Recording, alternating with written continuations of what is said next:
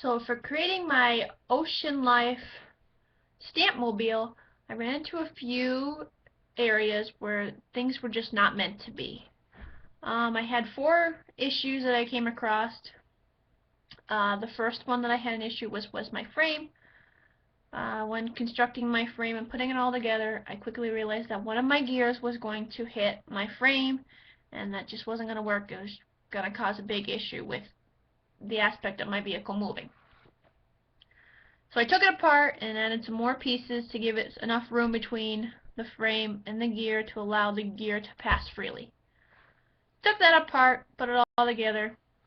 Simple fix.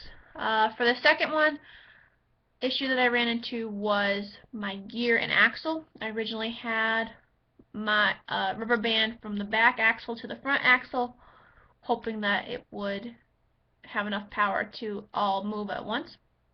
And the front axle wasn't moving at all. There was too much resistance in the rubber band. So I took all that apart again and then added a rubber band from the middle axle to the front axle, and then another rubber band from the middle axle to the back axle. So then that all allowed everything to move based on that middle axle. And I did put that in a video, a separate video that is on my site. For my third issue that I ran into was one of my bigger ones. It was the idea of stamps and how I was going to stamp my images. My original idea was I was going to poke holes into the aluminum can in a shape that I wanted. So I was going to poke holes in the shape of a turtle. And I was going to put paint on the inside of the can, and then I would have the paint come out consistently, so it would just keep painting and keep stamping. Well, I tried with a simple image, just like something like a heart, and I used a test can, and it wasn't working. My paint wasn't coming out, or it was really globby, and you couldn't really tell what it was. So I realized, like, that's not gonna work. So I rethought of something, and I was like, okay, well, maybe I'll use some sponges. But I still thought about using paint that was consistent. So I would cut a hole in my aluminum can and then put the sponge between on the inside and the outside.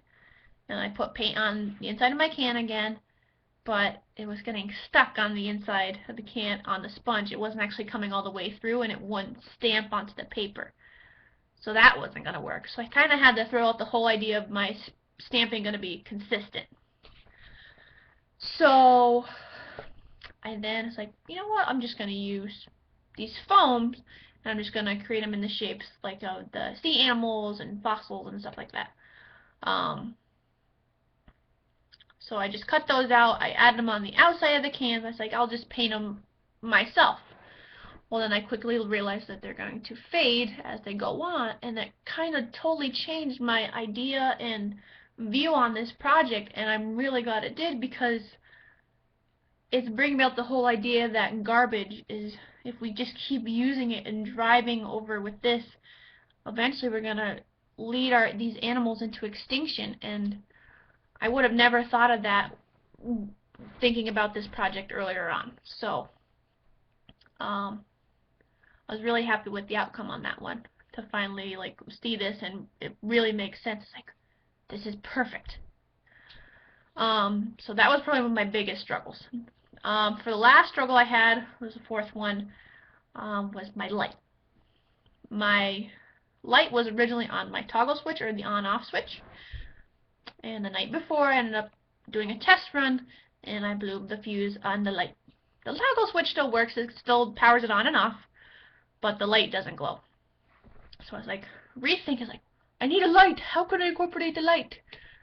And I was like, So I went to Walmart, and I was looking around, and I found these little mini LED lights to use, and they looked just like headlights. I was like, perfect, my project is a vehicle, perfect. So I bought those, and I incorporated them to the frame, and they can turn them on, they're battery powered, and they look like headlights, and they're very, very bright.